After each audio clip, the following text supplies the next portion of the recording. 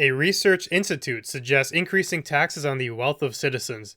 I'm Marco Perri. Welcome to the Perri platform.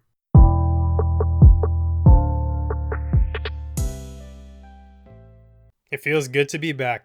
I have a pretty interesting topic today, so let's just dive right into it. The Institute for Public Policy Research. It's a UK think tank, but although their research has to do a lot with the UK, I feel like it's still very applicable to Canada, and that's why I'm talking about it today. They put out a report suggesting that taxing wealth at lower rates than income is wrong. The government could supposedly gain $90 billion in extra revenue over 5 years if it taxed income from wealth in the same way it taxes income from work. And those are UK estimates, but the core of the concept is something that rings very true to even Canadians. Well, guess what? The government could gain $200 billion if they increase taxes by a certain amount. They could even earn $500 billion if they increased it further. Hell, they could have trillions of dollars of extra money if they just seized the wealth of all their citizens and took away their earnings. Amazing, right? Limitless potential. Well, not so necessarily. The government earning more money is not inherently an ultimate good. It's not something we should always be striving for. It's contingent on the ways you go about doing that. The suggestion put forward by this organization is essentially to tax investments and the wealth of citizens at the same rates as income. This is a direct attempt to undermine the wealthy and bring about supposed equality. One aspect they fail to recognize, though, is that this move will likely hurt the wealthy, but it probably will not cripple them. They have access to resources that have historically allowed them to minimize taxes. The average Joe, on the other hand, well, they won't be as fortunate. Also, just one thing to point out here, in Canada at least, capital gains are already taxed. People do have their investments taxed in Canada, and sometimes it can be as high as 50% of your returns. It's not like wealth isn't already penalized as it is. We have tools like the TFSA in Canada for the very reason of avoiding taxes. We needed accounts like that to encourage people to invest and save. Taxes are active detriments to that activity. Why save more money if you're just going to lose money and pay it to the government? Let's say now that we implement this idea from the organization. Investments are now taxed at the same as income. In a progressive tax system, that would mean that the lower your holdings, the lower your taxes. But once you get over a certain threshold into more relevant saving figures, money that is meant for retirement, buying a house using as a down payment, paying for your children's education, well, at those points you'll be looking at enormous costs. Keep in mind that this money that was invested was already taxed before. The cycle works in a fashion where, first of all, you earn an income from a job or something, then the government takes a chunk based on your earnings. The left is yours to do as you see fit with. What the Institute would like is really for you to get hit with a second level of taxes that scales with the amount of money you invest. If you choose to be smart and save your money, it comes with detriments. Instead of rewarding people for saving and thinking about their future, they want to do the opposite. Impose harsh consequences that grow the more you invest and grow with your wealth. And I'm looking at this from the aspect of the average citizen. It's an asinine proposal. Governments need people to save more. Society functions better when people can self-sustain. It's a basic fact. You can see that clearly in the case of something like retirement. If people invest less and they save little, the government ends up footing the bill because you can't just cast people aside to the curb. The government inherently ends up spending more in social security and things like that. If you make investing less attractive than it already is, because right now, you already need patience to see results. It's a long-term gain. You will find people steadily moving their spending away from investing into things that are more instantly gratifying. Why get taxed on your wealth if you're trying to accumulate it? Let's just spend it on goods and save money. Buying clothes, electronics, video games, you name it. Whenever people put out these big ideas to take down the wealthy, it feels like they always forget that other groups will be affected, and often more so than their intended target. And that's why this issue is something I wanted to bring up with the Canadian context. A lot of people are talking about these things now. They really are Marxist ideas. For them, it's not really about helping people. It's about taking down the rich. They do not necessarily love poor people, they just hate the wealthy. Two very different things, and they result in very different approaches to problems. After reading what this institution put out, I wanted to learn more about them and why they were saying these kind of things. Lo and behold, one of the first items you find when you visit their website is this quote: "The UK is one of the most unequal countries in the developed world, and income inequality could be set to worsen as capital and property ownership become more important sources of income generation.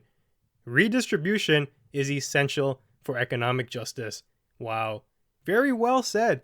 If you are a Marxist, a couple of things I want to highlight here. First, the UK is one of the most unequal countries in the developed world. Well, I guess that's one way to put it, if you want to have a cynical view on things. Another way to state this is the UK is one of the most prosperous countries in the developed world. Maybe not with the Brexit chaos happening right now, but I digress. Still, a very prosperous country. People are flocking in by the millions to get into it. People want to be in the UK. There seems to be a lot of demand to enter one of the most quote-unquote unequal countries in the world. I wonder why. The distinction needs to be made here.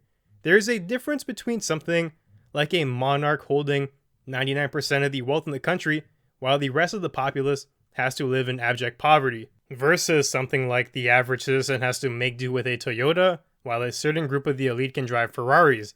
These institutes and people who think like this want to paint a picture like it's the first thing, like the monarchs, the elite, they hold all the wealth and everyone else is struggling so badly. But if you break down the stats and the numbers, it's not necessarily the case. It's not the same type of inequality that we're talking about here. People today are living with extreme wealth, at least in terms of consumer goods and lifestyle, in these developed nations that are being trashed. You might not have all the upgrades, but things are nowhere near the historical gaps even if the dollar value rises. That's an important distinction to hold true. It's a question of where the floor is, not how high the roof is. The roof has grown exponentially. There are multi-billionaires who can literally buy islands and helicopters and jets and whatever they want. But at the same time, the floor is growing and continues to grow. People in these developed nations are living good lifestyles. They have access to goods, nice things, entertainment at the flick of a button. They have food to eat, and if they don't have those things, the government is there to help them out. Then of course, they get to their golden slogan here. Redistribution is essential for economic justice. Straight out of the Communist Bible. Redistribution in the absolute sense, and what these guys are getting at, is where you take from the rich and you divide that among the poor evenly. This equalizes the playing field and is a pillar of the communist mindset. This isn't simply using a progressive tax bracket, which I'm actually in favor of. It goes beyond that. The end game for people who use wording like this is to bring about forced equality. If history has taught us anything, you can look at the last century. It's to be careful what you wish for. There have been communist regimes who have had the same idea of trying to overthrow the rich, help the working class, and establish equality. It's just not the type of equality that people wanted. Sure, everyone becomes equal now, as we've seen in the past, but they're equally poor, not equally rich, and ironically, everyone suffers. The organization themselves here is calling for radical reform, and I'm not convinced that they know what they're dealing with. There are ways to address the issue present without using these drastic notions. What they're suggesting here, by increasing the detriments to investing and crippling savings, is going to hurt the average person much more than it's going to hurt a rich person. It would probably destroy more people's wealth than build anything. They mention housing also as a big issue that they want to fix. This is something we can all agree with. Housing pricing has gone up tremendously almost throughout the world in many developed nations, and it's becoming hard to even own a place to live in. Well, one country that we can learn from that seems to have a handle on the issue is Japan. They are a booming capitalist economy, but the way they handle zoning laws and they build with maximizing space in mind has produced inexpensive housing areas. They also have an amazing subway network that allows you to live further away from the core. You can live in a different city and still be able to bus into downtown Tokyo in a reasonable amount of time. By making the outskirts of the city not so much an outskirt anymore, they've increased the available land that they can use that's still attractive to people, and it gets offered at a lower cost. For example, a small apartment in Yokohama, which is maybe 30 to 45 minutes away from central Tokyo, can be had for $60,000. It's a decent place to start your life with, and from there you can build up. Clearly the issue isn't with capitalism or investments or wealth, And the solution isn't with taxing wealth further. There are other avenues that governments and people can explore to reduce economic hardship for those less well off. You can't find an apartment for $60K 30 minutes out of any large economic hub in Canada. If we did have options like that though, people wouldn't be drowning in debt, they'd have money to spend, and maybe invest and build some wealth of their own. I think people need more wealth, not to be taxed and to end up having less. The proposal here is silly, and I fail to see how it brings about any good whatsoever. This type of mindset is not something that's unique to the British. I've seen numerous times, Facebook, Twitter, Instagram, social media, even on some forums, people are just getting mad because they're seeing things like this. The housing prices going up, they're not able to save a lot, taxes are what they are right now, so even the money they make, they take home less, and it is frustrating. But the anger is not being channeled in productive ways. What this research institute is doing is just fanning the flames ignorantly. They're not presenting facts. They are not thinking about what's going to happen down the road with these ideas. What they've done is they've established an enemy, the rich, and they want to take them down. Let's do this. Let's redistribute all these beautiful promises. But when you think about it, there are so many ways for it to go wrong. And as we've seen, I mentioned before, throughout history, it has always gone wrong. Going down these kind of slopes is a terrible idea. It's a common misconception that you have to destroy the rich to empower the poor. Let's just envision a world where people like Bill Gates, who have these massive charitable foundations that are doing a lot of good for the world. They're creating vaccines, they're doing humanitarian missions. Let's strip them of all their wealth. And how is the world now? Is it a better place? I don't think so. Of course you do have those billionaires who are greedy to the core and they do nothing with their money other than help themselves. But it is their money though, and you have to respect that. We do have a progressive tax system already.